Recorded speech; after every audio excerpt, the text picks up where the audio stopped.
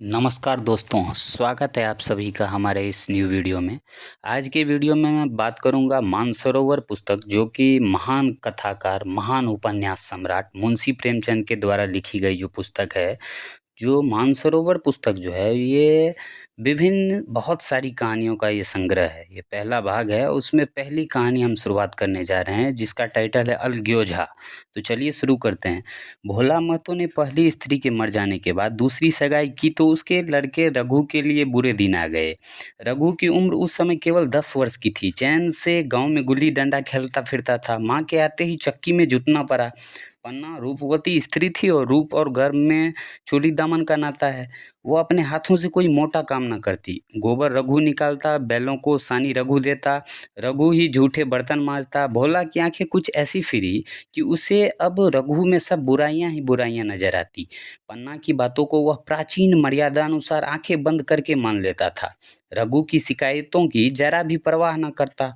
नतीजा यह हुआ कि रघु ने शिकायत करना छोड़ दिया। किसके सामने रोए? बाप ही नहीं, सारा गांव उसका दुश्मन था। बड़ा जिद्दी लड़का है, पन्ना को तो कुछ समझता ही नहीं।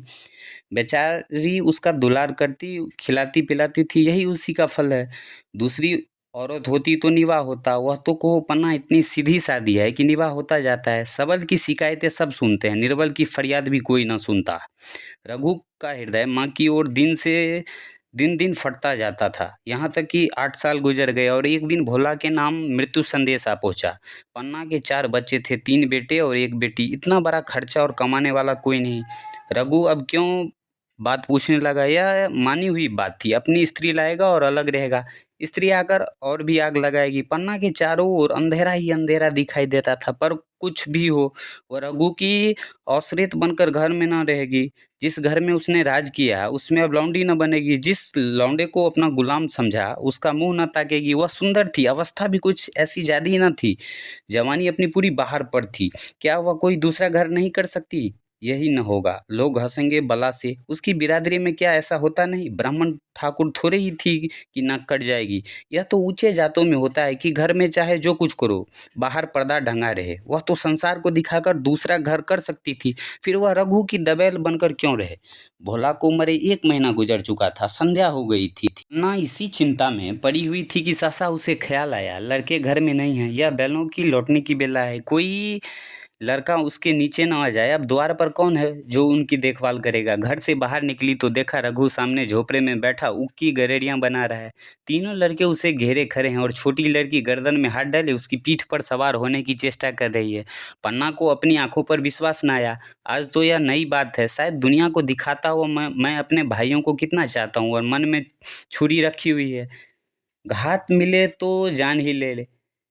काला सांप है, काला सांप। कठोर स्वर में बोली, तुम सब के सब वहां क्यों रहते हो? घर में आओ, सांझ की बेला है, गोरू आते होंगे।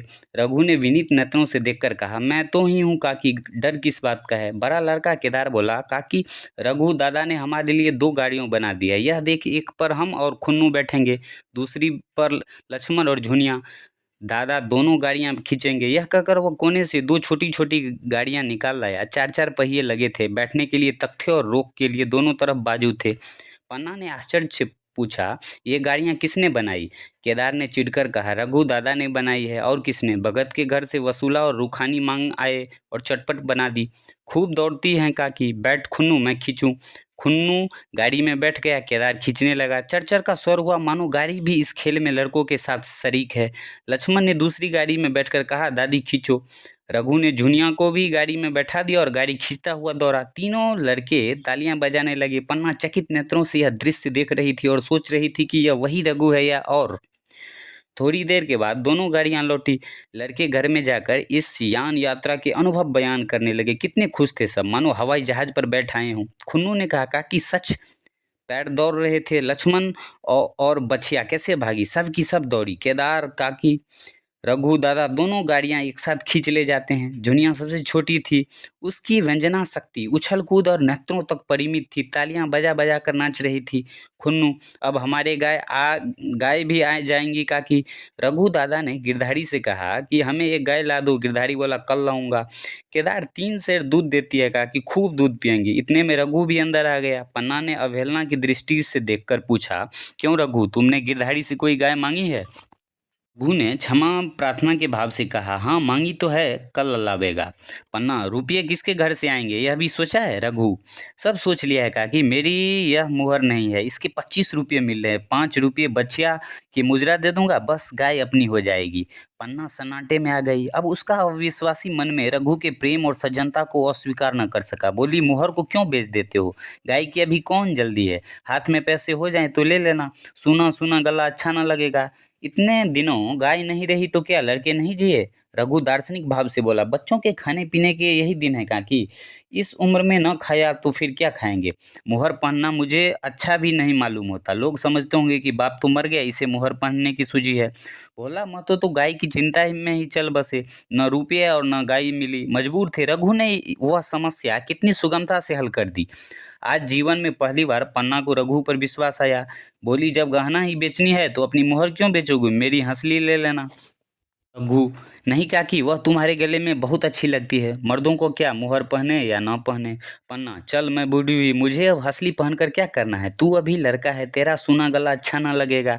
रघु मुस्कुराते हुए बोला, तुम अभी से कैसे बूढ़ी हो गई, गांव में कौन तुम्हारे बराबर है? रघु की सरल आलोचना ने पन्ना को लज्जित कर दिया। उसके रूखे मुरझाए मुख पर प्रसन्नता की लाली दौड़ गई। 5 साल गुजर गए। रघु काशी मेहनती, ईमानदार, बात का धनी, दूसरा किसान गांव में न था। पन्ना की इच्छा के बिना कोई काम न करता। उसकी उम्र अब 23 साल की हो गई थी। पन्ना बार बार कहती, भैया बहू को विदा कर लाओ, कब तक नहर में पड़ी रहेगी, सब लोग मुझी को बदनाम करते हैं, यही बहू को नहीं आने देती। मगर रघु टाल देता था, कहता कि अभी जल्दी क्या है, उसने अपनी स्त्री के रंग ढंग का कुछ परिचय दूसरों से मिल चुका था। ऐसी औरतों को घर में लाकर वो अपनी शांति में बाधा नहीं डालना चाहता था। आखिर एक दिन पन्ना ने जिद करके कहा, जो तुम न लाओगे, कह दिया कि अभी कोई जल्दी नहीं है, तुम्हारे लिए जल्दी न होगी, मेरे लिए तो जल्दी है। मैं आज आदमी भेजती हूँ, पछताओगी काकी, उसका मिजाज अच्छा नहीं है। तुम्हारी बला से जब से मैं बोलूँगी नहीं तो क्या हवा से लड़ेगी, रोटियां तो बना लेगी, मुझसे भीतर बाहर का सारा काम नहीं होता। मैं आज बुला ही लेती हूँ, बुलाना चाहती हो बुला लो, मगर फिर यह न कहना कि यह मेहरिया को ठीक नहीं करता, उसका गुलाम हो गया। यह न कहूँगी, जाकर 2 साड़ियाँ और मिठाइयाँ ले आ। तीसरे दिन मूलिया मैके से आ गई। दरवाजे पर नगारे बजे, शहनाइयाँ की मधुर ध्वनि आकाश में गूंजने लगी। मुंह दिखावे की रस्म अदा हुई। वह इस मरुभूमि में निर्मल जलधारा थी। गेहुआ रंग था, बड़ी बड़ी नोकीले पलके, कपोले पर हल्की सुर्खी, आंखों में प्रबल आकर्षण। रघु उसे देखते ही मंत्रमुग्ध हो गया। प्रातःकाल पानी का घड़ा लेकर चलती, तब उसका गेहुआ रंग प्रभात की सुनहली किरणों से कुंदल हो जाता। मानो उषा अपनी सारी सुगंध, सारा विकास और सारा उन्माद लिए मुस्कुराती चली जाती हो। यह मैके से जली भुनी आई थी। मेरा शौहर छाती फाड़ कर काम करे और पन्ना रानी बैठी हुए रहे, उसके लड़के रईसजादे बने घूमे। मूलिया से यह सब बर्दाश्त न होगा। वह किसी की गुलामी न करेगी। अपने लड़के तो अपने होते ही नहीं, भाई किसके होते हैं, जब तक पर नहीं निकलते हैं। रघु के को घेरे हुए हैं। ज्यों ही जरा सयाने हुए, पड़ झाड़ कर निकल जाएंगे, बात भी न पूछेंगे। एक दिन उसने रघु से कहा, तुम्हें इस तरह गुलामी करनी हो तो करो, मुझसे न होगी। रघु, तो फिर क्या करूं, तू ही बता। लड़के तो अभी घर का काम करने लायक भी नहीं है। मूलिया कहती है, लड़के रावत के हैं, कुछ तुम्हारे नहीं। यही पन्ना है जो तुम दाने दाने को तरसाती थी। सब सुन चुकी हूँ। मैं लौंडी बनकर नहीं रहूंगी। रुपये पैसे का मुझे कुछ हिसाब नहीं मिलता। न जाने तुम क्या लाते हो और वह क्या करती है। तुम समझते हो कि रुपये घर में ही तो हैं, मगर देख लेना तुम्हें जो एक फूटी कौड़ी भी मिले। रघु कहता है, रुपये पैसे तेरे हाथ में देने लगूं तो दुनिया क्या कहेंगी, ये तो सोच। फिर मूलिया कहती है, दुनिया जो चाहे कहे, दुनिया के हाथों बिकी ही नहीं हूँ, देख लेना। भार लीप कर हाथ काला ही रहेगा। फिर तुम अपने भाइयों के लिए मरो, मैं क्यों मरूं? रघु ने जवाब न दिया। उसे जिस बात का भय था वह इतनी जल्दी सिर पर आ पड़ी। अब अगर उसने बहुत तथ्योबंदी किया तो साल 6 महीने और काम चलेगा। बस आगे यह डोंगा चलता नजर नहीं आता। बकरे की माँ कब तक खैर मनाएगी। एक दिन पन्ना ने महुए का सुखावन डाला। बरसात शुरू हो गई थी। बखार में अनाज गीला हो रहा था। मूलिया से बोली, बहू जरा देखती रहना, मैं तालाब से नहा आऊं। मूलिया ने लापरवाही से कहा, मुझे नींद आ रही है, तुम बैठ कर देखो, एक दिन न नहाओगी तो क्या होगा। पन्ना ने साड़ी उठाकर रख दी, नहाने न गई। मूलिया का वर खाली गया। कई दिनों के बाद एक शाम को पन्ना धान रोप कर लौटी। अंधेरा हो गया था। दिन भर की भूख थी। आशा थी बहू ने रोटी बनाकर रखी होगी, मगर देखा तो यहाँ चूल्हा ठंडा पड़ा हुआ था और बच्चे मारे भूख के तरफ रहे थे। मुलिया से आहिस्ता से पूछा, आज भी चूल्हा नहीं जला? केदार ने कहा, आज दोपहर को भी चूल्हा नहीं जला काकी, भाभी ने कुछ बनाया ही नहीं। पन्ना, तो तुम लोगों ने क्या खाया? केदार, कुछ नहीं, रात को रोटियां थी, खुन्नू और लक्ष्मण ने खाई, मैंने सत्तू खा लिया। पन्ना कहती है, और बहू? केदार, वह तो पैर पड़ी सो रही है, कुछ नहीं खाया। पन्ना ने उसी उसी वक्त चूल्हा जलाया और खाना बनाने बैठ गई। आटा गूंथती थी और रोती थी, क्या नसीब है, दिन भर खेत में जली, घर आई तो चूल्हे के सामने जलना पड़ा। केदार का 14वां साल था। भाभी के रंग ढंग देखकर सारी स्थिति समझ रहा था। बोला, काकी, भाभी अभी तुम्हारे साथ रहना नहीं चाहती। पन्ना ने चौंक कर पूछा, क्या कुछ कहती थी? केदार कहता है, कहती कुछ न थी, मगर है उसके मन में यही बात। फिर तुम क्यों नहीं छोड़ देती? जैसे चाहे रह, हमारे भी भगवान है। पन्ना ने दांतों से जीभ दबाकर कहा, चुप, मेरे सामने ऐसी बात बोलकर भी न कहना। रघु तुम्हारा भाई नहीं, तुम्हारा बाप है। मूलिया से कभी बोलोगे तो समझ लेना, जहर खा लूंगी। दशहरे का त्योहार आया। इस गांव से कोस भर एक पूर्वे में मेला लगता था। गांव के सब लड़के मेला देखने चले। पन्ना भी लड़कों के साथ चलने को तैयार हुई, मगर पैसे कहाँ से आए? कुंजी तो मुलिया के पास थी। रघु ने आकर मुलिया से कहा, लड़के मेले जा रहे हैं, सबों को दो दो आने पैसे दे दे। मुलिया ने त्योहारियां चढ़ाकर कहा, पैसे घर में नहीं हैं। रघु, अभी तो तेलहन बिका था, क्या इतनी जल्दी रुपये उठ गए? बोली, हाँ उठ गए। रघु कहता है, कहाँ उठ गए, जरा सुनो, आज त्योहार के दिन लड़के मेला देखने ना जाएंगे? मुलिया कहती है, अपनी काकी से कहो पैसे निकालें। गार कर क्या करेंगी? कुटी पर कुंजी लटक रही थी। रघु ने कुंजी उतारी और चाहा कि संदूक खोले कि मुलिया ने उसका हाथ पकड़ लिया और बोली, कुंजी मुझे दे दो, नहीं तो ठीक न होगा। खाने पहनने को भी चाहिए, कागज किताब को भी चाहिए, उस पर मेला देखने को भी चाहिए। हमारी कमाई इसलिए नहीं है कि दूसरे खाएं और मूछों पर ताव दें। पन्ना ने रघु से कहा, भैया पैसे क्या होंगे, लड़के मेला देखने ना जाएंगे? रघु ने झिड़क कर कहा, मेला देखने क्यों न जाएंगे, सारा गांव जा रहा है, हमारे ही लड़के न जाएंगे? यह कहकर रघु ने अपना हाथ छुड़ा लिया और पैसे निकाल कर लड़कों को दे दिए। मगर कुंजी जब मुलिया को देने लगा तब उसने उसके आंगन में फेंक दिया और मुंह लपेट कर लेट गई। लड़के मेला देखने न गए। इसके बाद 2 दिन गुजर गए। मुलिया ने कुछ नहीं खाया और पन्ना भी भूखी रही। रघु कभी इसे मनाता कभी उसे, पर यह न उठती न वह। आखिर रघु ने हैरान होकर मुलिया से पूछा, कुछ मुंह से तो कह, चाहती क्या है? मुलिया ने धरती को संबोधित करते कहा, मैं कुछ नहीं चाहती, तू मुझे मेरे घर पहुंचा दे। रघु, अच्छा उठ, बना खाना पहुंचा दूंगा। मुलिया ने रघु की ओर आंखें उठाई। रघु उसकी सूरत देखकर डर गया। वह माधुरी, वह मोहकता, वह लावण्य गायब हो गया था। दांतें निकल आए थे, आंखें फट गई थी और नथुने फरक रहे थे। अंगार किसी लाल आंखों से देखकर बोली, अच्छा तो यह काकी ने यह सलाह दी है, यह मंत्र पढ़ाया है, तो यहाँ ऐसी कच्ची नहीं हूँ, तुम दोनों की छाती पर मूंग दलूंगी। हो किस फेरे में? रघु, अच्छा तुम मूंग ही दल लेना, कुछ खा पी लेगी, तभी तो मूल दल दल सकेंगी। मूलिया, अब तो तभी मुंह में पानी डालूंगी जब घर अलग हो जाएगा, बहुत झेल चुकी, अब नहीं झेला जाता। रघु सन्नाटे में आ गया। 1 मिनट तक तो उसके मुंह से आवाज ही ना निकली। अलग होने की उसने स्वप्न में भी कल्पना न की थी। उसके गांव में 2-4 परिवारों को अलग होते देखा था। वह खूब जानता था, रोटी के साथ लोगों के हृदय भी अलग हो जाते हैं, अपने हमेशा के लिए गैर हो जाते हैं, फिर उनमें वही नाता रह जाता है जो गांव के और आदमियों में। रघु ने मन में ठान लिया था कि इस विपत्ति को घर में न आने दूंगा, मगर होनहार के सामने उसके एक न चली। आह, मेरे मुंह में कालिख लगेगी, दुनिया यही कहेगी कि बाप के मर जाने पर 10 साल भी एक में निवाह न हो सका। फिर किससे अलग हो जाऊं, जिनको गोद में खिलाया, जिनको बच्चों की तरह पाला, जिनके लिए तरह तरह के कष्ट झेले, उन्हीं से अलग हो जाऊं? अपने प्यारों को घर से निकाल कर बाहर करूं? उसका गला फंस गया। कांपते हुए स्वर में बोला, तू क्या चाहती है, मैं अपने भाइयों से अलग हो जाऊं? भला सोच, तो कहीं मुंह दिखाने लायक रहूंगा। मूलिया कहती है, तो मेरा इन लोगों के साथ निवाह न होगा। रघु, तो तू अलग हो जा, मुझे अपने साथ क्यों घसीटती है? मूलिया कहती है, तो क्या क्या तुम्हारे घर में मिठाइयाँ मिलती है, मेरे लिए क्या संसार में जगह नहीं है? रघु कहता है, तेरी जैसी मर्जी, चाहे जहाँ रहे, मैं अपने घर वालों से अलग नहीं हो सकता। जिस दिन इस घर में 2 चूल्हे जलेंगे उस दिन मेरे कलेजे के 2 टुकड़े हो जाएंगे। मैं यह चोट नहीं सह सकता। तुझे जो तकलीफ हो वह मैं दूर कर सकता हूँ। माल असबाब की मालकिन तू है ही, अनाज पानी तेरे ही हाथ में है, अब रह क्या गया है? अगर कुछ काम धंधा करना नहीं चाहती तो मत कर। भगवान ने मुझे समाई दी होती तो तुझे तिनका तक उठाने न देता। तेरे यह सुकुमार हाथ पांव मेहनत मजूरी करने के लिए बनाए ही नहीं गए हैं, मगर क्या करूं, अपना कुछ बस ही नहीं है।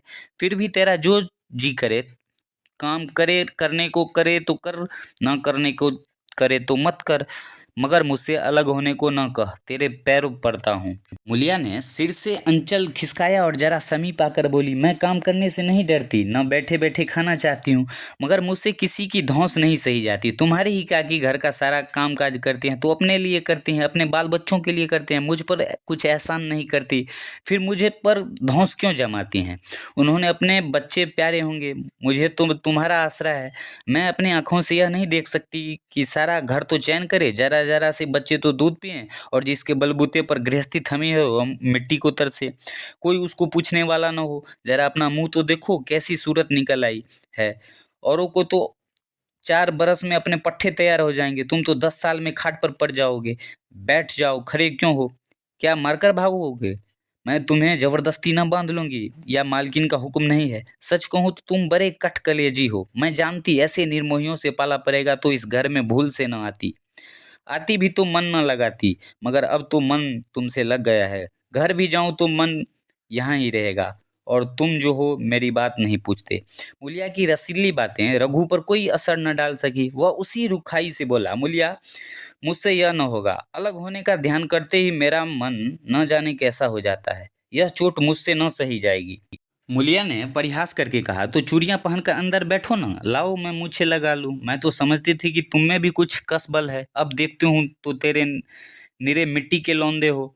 पन्ना दालान में खड़ी हुई दोनों की बातचीत सुन रही थी। अब उससे न रहा गया, सामने आकर रघु से बोली, अब वह अलग होने पर ही तुली हुई है तो फिर तुम क्यों उसे जबरदस्ती मिलाए रखना चाहते हो?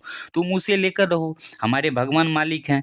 जब महतो मर गए थे और कहीं पति की भी छाह न थी, तब क्या, जब उस वक्त भगवान ने निवाह दिया तो अब क्या डर? अब तो भगवान की दया से तीनों लड़के सयाने हो गए हैं, अब कोई चिंता नहीं।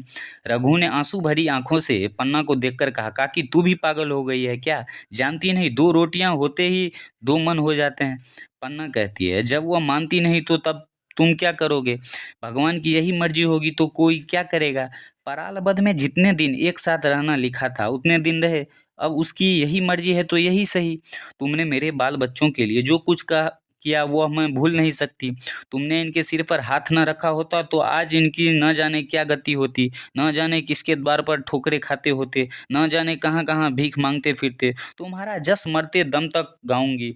अगर मेरी खाल तुम्हारे जूते बनाने के काम आए तो खुशी से दे दूं, चाहे तुमसे अलग हो जाऊं, पर जिस घड़ी तुम पुकारोगे कुत्ते की तरह दौड़ी आऊंगी। यह भूल कर भी ना सोचना कि तुमसे अलग होकर मैं तुम्हारा बुरा चेतूंगी। जिस दिन तुम्हारा अनबल मेरे मन में आएगा उसी दिन विष खाकर मर जाऊंगी। भगवान करे तुम दूधो नहाओ पूतो फलो।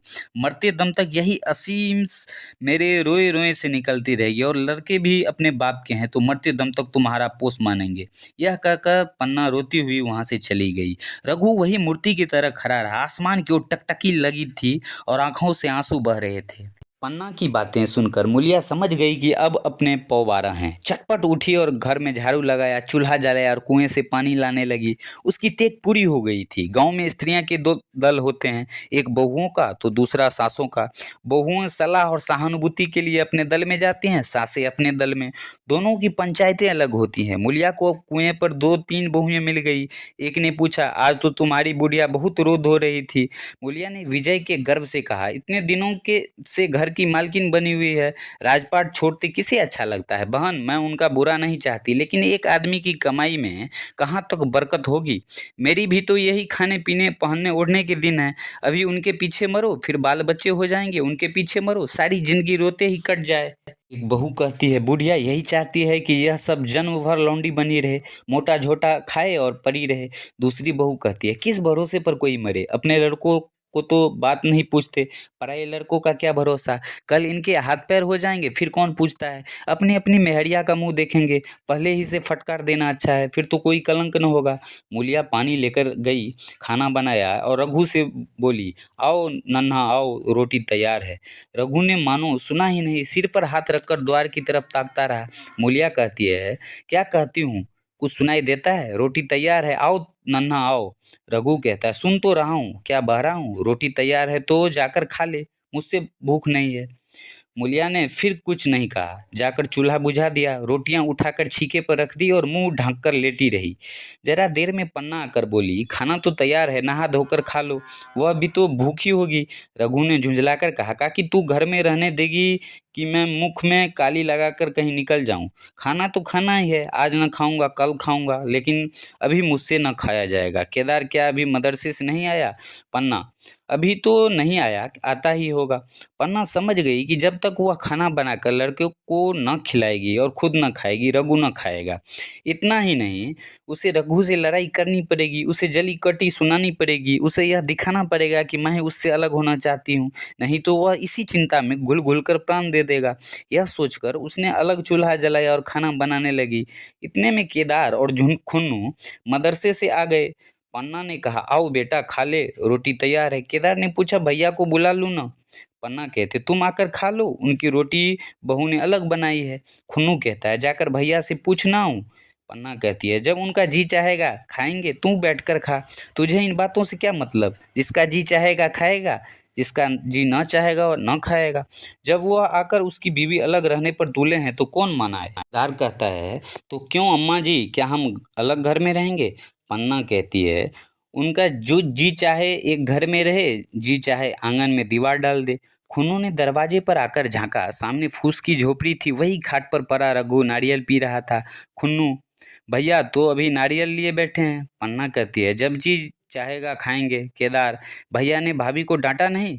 मूलिया अपनी कोठरी में पड़ी सुन रही थी, बाहर आकर बोली, भैया ने तो नहीं डांटा, तुम आकर डांटो। केदार के चेहरे का रंग उड़ गया, फिर जबान न खोली। तीनों लड़कों ने खाना खाया और बाहर निकले। लू चलने लगी थी। आम के बाग में गांव के लड़के लड़कियां हवा से गिरे हुए आम चुन रहे थे। केदार ने कहा, आज हम भी आम चुनने चले, खूब आम गिरे हैं। खुन्नू, दादाजी बैठे हैं। लक्ष्मण, मैं न खाऊंगा, दादा घुड़केंगे। केदार कहता है, वो तब सब अलग हो गए। लक्ष्मण, तो अब हमको कोई मारेगा तब भी दादा न बोलेंगे। केदार, वाह, तब क्यों न बोलेंगे? रघु ने तीनों लड़कों को दरवाजे पर खड़े देखा पर कुछ बोला नहीं। पहले तो वह घर के बाहर निकलते ही उन्हें डांट बैठता था, पर आज वह मूर्ति के समान निश्चल बैठा रहा। अब लड़कों को कुछ साहस हुआ, कुछ दूर और आगे बढ़े। रघु अब भी न बोला। कैसे बोले? वह सोच रहा था, काकी ने लड़कों को खिला पिला दिया, मुझसे पूछा तक नहीं। क्या उसकी आंखों पर भी पर्दा पड़ गया है? अगर मैंने लड़कों को पुकारा और वह न आए तो मैं उनको मार पीट तो न सकूंगा। लू में सब के सब मारे मारे फिरेंगे, कहीं बीमार न पड़ जाएं। उसका दिल महसूस कर रह जाता था, लेकिन मुंह से कुछ न कह सकता था। लड़कों ने देखा कि यह बिल्कुल नहीं बोलते तो निर्भय होकर चल पड़े। सस्ता मूलिया ने आकर कहा, अब तो उठोगे कि अब भी नहीं? जिनके नाम पर फाका कर रहे हो, उन्होंने मजे से लड़कों को खिलाया और आप खाया, अब आराम से सो रही हैं। मोड़ पिया मोरी बात, न पूछे मोर सुहावनी नाव। एक बार भी तो मुंह से न फटा कि भैया खा लो। रघु की इस मर्मांतक पीड़ा हो रही थी। मूलिया के इन कठोर शब्दों ने घाव पर नमक छिड़क दिया। दुखित नेत्रों से देखकर बोला, तेरी जो मर्जी थी वही तो हुआ, अब जो जा ढोल बजा। मूलिया कहती, नहीं, तुम्हारे लिए थाल परोसी बैठी हैं। रघु, मुझे चिढ़ा मत, तेरे पीछे मैं भी बदनाम हो रहा हूँ। जब तू किसी की होकर नहीं रहना चाहती तो दूसरों को क्या गरज है जो मेरी खुशामद करे? जाकर काकी से पूछ, लड़के आम चुनने गए हैं, उन्हें पकड़ लाऊं। मूलिया अंगूठा दिखाकर बोली, यह जाता है, तुम्हें 100 बार गरज हो जाकर पूछो। इतने में पन्ना भी भीतर से निकली। रघु ने पूछा, लड़के बगीचे में चले गए काकी, लू चल रही है। पन्ना, अब उनका कौन पुछतर है? बगीचे में जाएं, पेड़ पर चढ़े, पानी में डूबे, मैं अकेली क्या क्या करूं? रघु, जाकर पकड़ लाऊं। पन्ना कहती है, जब तुम्हें अपने मन से नहीं जाना है तो फिर मैं जाने को क्यों कहूँ? तुम्हें रोकना होता तो रोक न देते, तुम्हारे सामने ही तो गए होंगे। पन्ना की बात पूरी भी नहीं हुई थी कि रघु ने नारियल के कोने में रख दिया और बाग की तरफ चला। रघु लड़कों को लेकर बाग से लौटा तो देखा मूलिया अभी तक झोपड़े में खड़ी है। बोला, तू जाकर खा क्यों नहीं लेती? मुझे तो इस बेला भूख नहीं है। मूलिया ऐट कर बोली, हाँ भूख क्यों लगेगी, भाइयों ने खाया, वह तुम्हारे पेट में पहुंच ही गया होगा। रघु ने दांत पीस कर कहा, मुझे जला मत मूलिया, नहीं अच्छा ना होगा।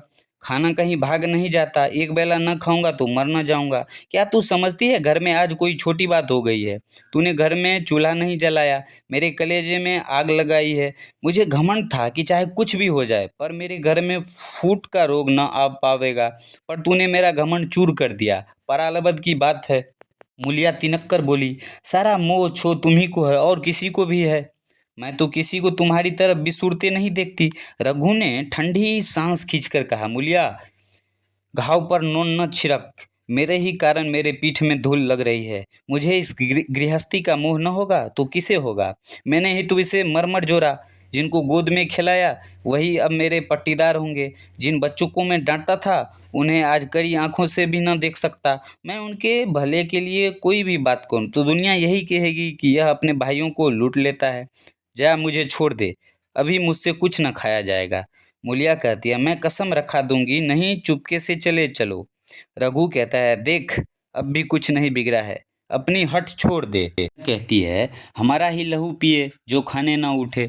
रघु ने कानों पर हाथ रखकर कहा, यह तूने क्या किया मूलिया। मैं तो उठ ही रहा था, चल खा लूं, नहाने धोने कौन जाए। लेकिन इतना कह देता हूँ कि चाहे घर की जगह 6 रोटियां खा जाऊं, 4 की जगह 6 रोटियां खा जाऊं, चाहे तू मुझे घी के मटके में ही डुबो दे, पर यह दाग मेरे दिल से न मिटेगा। मूलिया, दाग साग सब मिट जाएगा, पहले सबको ऐसा ही लगता है। देखते नहीं हो उधर कैसी चैन की बंसी बज रही है। वह तो मना रही थी कि किसी तरह यह सब अलग हो जाए। अब वह पहले किसी चांदी तो नहीं है कि जो कुछ घर में आवे सब गायब। अब क्यों हमारे साथ रहने लगी। रघु ने आहत स्वर में कहा, इसी बात का तो मुझे गम है। काकी से ऐसी आशा न थी। रघु खाने बैठा तो कौर विषय के घूट सा लगता था। जान पड़ता था रोटियां भूसी की है, दाल पानी सी लगती थी, पानी भी कंठ के नीचे न उतरता था। दूध की तरफ देखता था नहीं। 2-4 ग्रास खाकर उठ गया जैसे किसी प्रियजन के श्राद्ध का भोजन हो। रात का भोजन भी उसने इसी तरह किया। भोजन क्या किया, कसम पूरी की। रात भर उसका चित्त उद्विग्न रहा। एक अज्ञात शंका उसके मन पर छाई हुई थी, जैसे भोला महतो द्वार पर बैठा रो रहा हो। वह कई बार चौंक कर उठा। ऐसा जान पड़ा भोला उसकी ओर तिरस्कार की आंखों से देख रहा है। वह दोनों जून का भोजन करता था, पर जैसे शत्रु के घर। भोला की शोकमग्न काया मुरझाई रहती थी। रात को उसे नींद न आती। वह गांव में निकलता तो इस तरह मुंह मुचुराए, सिर झुकाए, मानो गोहत्या की हो। 5 साल गुजर गए। रघु अब 2 लड़कों का बाप था। आंगन में दीवार खींच गई थी, खेतों में मेरे डाल दी गई थी और बैल बधिये बांट लिए गए थे। केदार की उम्र अब 16 साल की हो गई थी। उसने पढ़ना छोड़ दिया था और खेती का काम करता था। खुन्नू गाय चराता था। केवल लक्ष्मण अब तक मदरसे जाता था। पन्ना और मूलिया दोनों एक दूसरे की सूरत से जलती थी। मूलिया के दोनों लड़के बहुधा पन्ना ही के पास रहते। वही उन्हें उटन मलती, वही काजल लगाती, वही गोद में लिए फिरती, मगर मूलिया के मुंह से अनुग्रह का एक शब्द भी न निकलता। न पन्ना ही इसकी इच्छुक थी। वह जो कुछ करती निर्व्याज भाव से करती थी।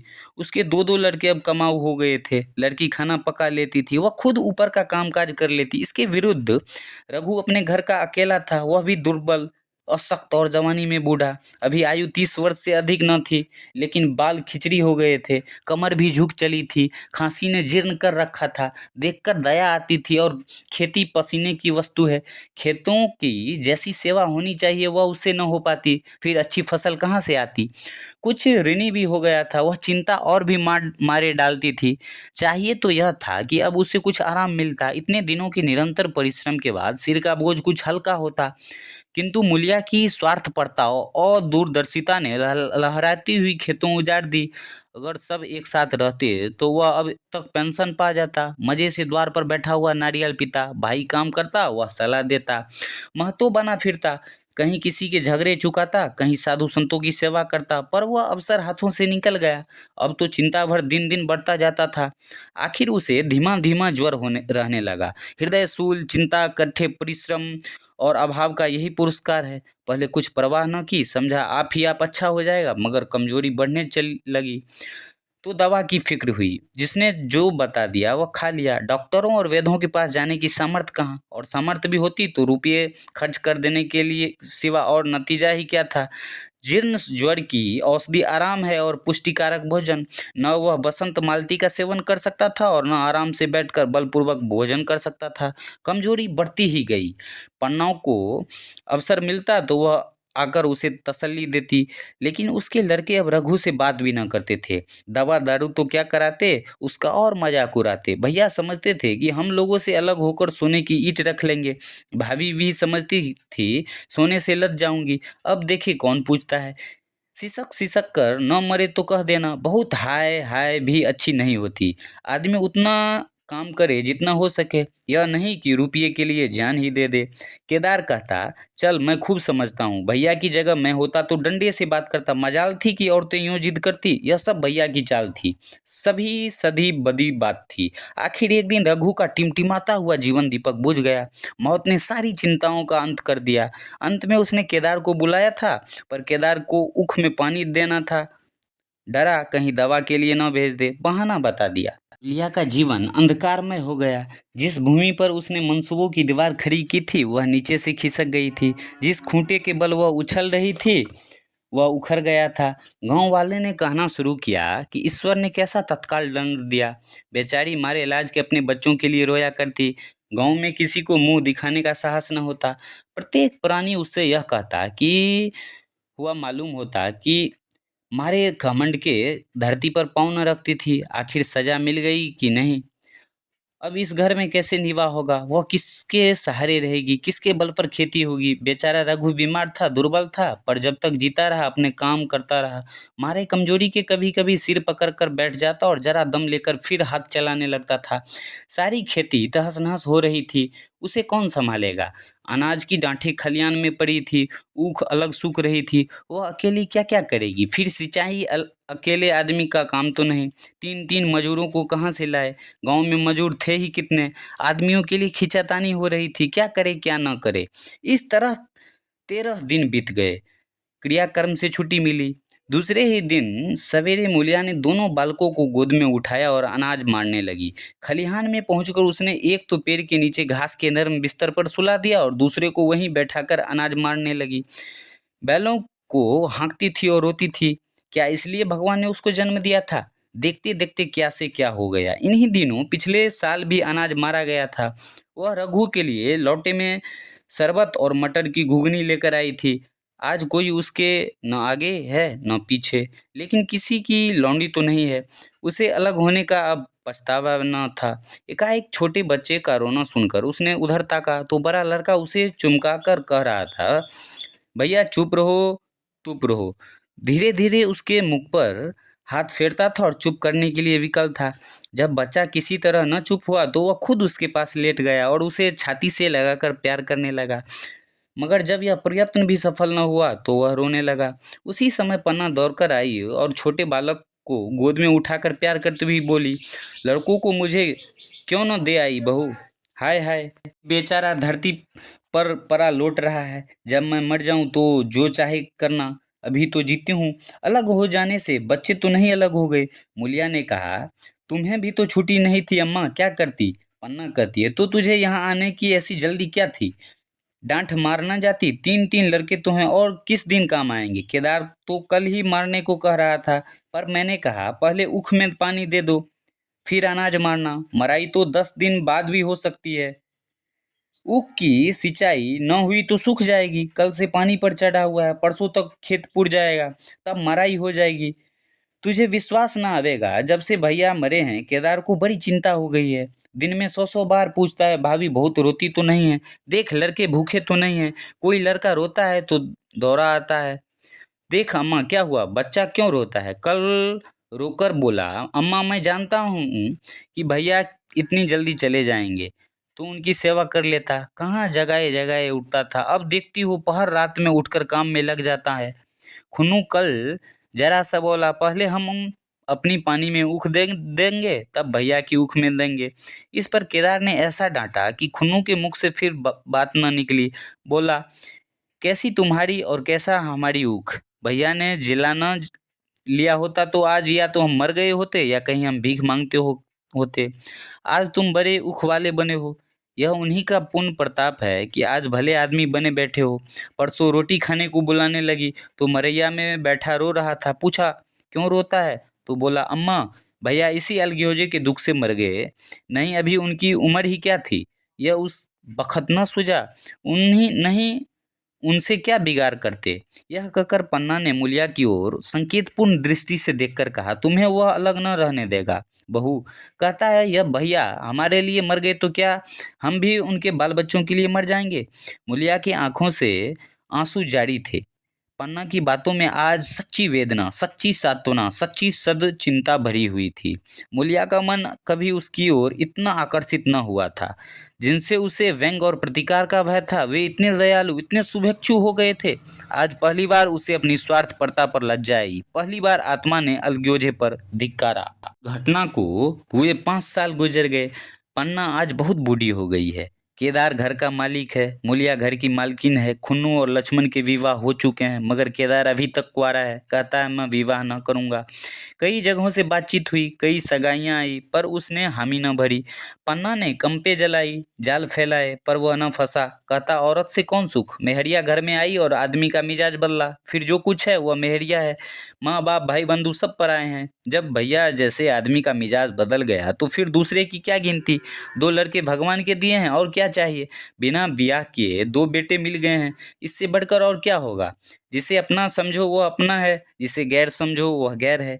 एक दिन पन्ना ने कहा तेरा वंश कैसे चलेगा। केदार कहता है मेरा वंश तो चल रहा है, दोनों लड़कों को अपना ही समझता हूँ। पन्ना कहती है समझने ही पर है तो तू मूलिया को भी अपने मेहरिया समझता होगा। केदार ने झेपते हुए कहा तुम तो गाली देती हो अम्मा। पन्ना कहती है गाली कैसी, तेरी भाभी ही तो है। केदार कहता है मेरे जैसे लठ गवार को वह क्या पूछने लगी। पन्ना कहती है तू करने को कह तो मैं उनसे पूछूं। केदार कहता है नहीं मेरी अम्मा, कहीं रोने गाने न लगे। पन्ना कहती है तेरा मन हो तो मैं बातों बातों में उनके मन की था लूं। केदार फिर कहता है मैं नहीं जानता, जो चाहे कर। पन्ना केदार के मन की बात समझ गई। लड़के का दिल मूलिया पर आया हुआ है, पर संकोच और भय के मारे कुछ नहीं कहता। उसी दिन उसने मूलिया से कहा क्या करूं बहू, मन की लालसा मन में ही रही जाती है। केदार का घर भी बस जाता तो मैं निश्चिंत हो जाती। मूलिया फिर कहती है वह तो करने ही ना कहते। पन्ना कहती है कहता है ऐसी औरत मिले जो घर में मेल से रहे तो कर लूं। मूलिया कहती है ऐसी औरत कहाँ मिलेगी, कहीं ढूंढो। फिर पन्ना कहती है मैंने तो ढूंढ लिया है। फिर मूलिया कहती है सच, किस गांव की है। पन्ना फिर कहती है अभी ना बताऊंगी, मुदा यह जानती हूँ कि उसने केदार की सगाई हो जाए तो घर बस जाए और केदार की जिंदगी भी सफल हो जाए। ना जाने लड़की मानेंगी या नहीं। मूलिया फिर कहती है मानेंगी क्यों नहीं अम्मा, ऐसी सुंदर कमाऊ सुशील वर और कहाँ मिला जाता है। उन जन्म का कोई साधु महात्मा है, नहीं तो लड़ाई झगड़े के डर से कौन बिना ब्याहे रहता है। कहाँ रहती है, मैं जाकर उसे मना लाऊं। फिर पन्ना कहती है तू चाहे तो मना ले, तेरे ही ऊपर है। मूलिया मैं आज ही चली आऊंगी अम्मा, उसके पैरों पर कर मना लाऊंगी। पन्ना कहती है बता दूं, वह तू ही है। मूलिया लजाकर बोली तुम तो अम्मा जी गाली देती हो। फिर पन्ना कहती है गाली कैसी, देवर ही तो है। मूलिया मुझ जैसे बुढ़िया को वह क्यों पूछेंगे। पन्ना वह तुझ ही पर दांत लगाए बैठा है, तेरे सिवा उसे कोई और भाती ही नहीं। डर के मारे कहता नहीं, पर उसके मन की बात तो मैं जानती हूँ। वैधव्य के शोक से मुरझाया हुआ मूलिया का पीला वदन कमल की भांति अरुण हो उठा। 10 वर्षों में जो कुछ खोया हुआ था वो इसी एक क्षण में मानो ब्याज के साथ मिल गया। वही लावण्य, वही विकास, वही आकर्षण, वही लोच। तो दोस्तों ये था हमारा मानसरोवर, जो मुंशी प्रेमचंद महान कथाकार, महान उपन्यास सम्राट, जिनके द्वारा रचित पुस्तक जो है मानसरोवर, जो बहुत सारी कहानियों का संग्रह है, उसमें ये मेरा पहला कहानी था अलग्योझा, जिसका टाइटल था। और इस तरह के और भी वीडियोज़ यदि आप चाहते हैं कि आगे आते रहेंगे तो प्लीज़ वीडियो को अधिक से अधिक लाइक करें, शेयर, सब्सक्राइब, कमेंट ज़रूर करें, ताकि इसी तरह के कंटेंट और भी आते रहेंगे। तो यदि अभी तक आप लोग पेशेंस के साथ सुन लिए हों तो बहुत बहुत धन्यवाद। मिलते हैं फिर किसी अलग वीडियो के साथ, तब तक के लिए थैंक्स फॉर वॉचिंग।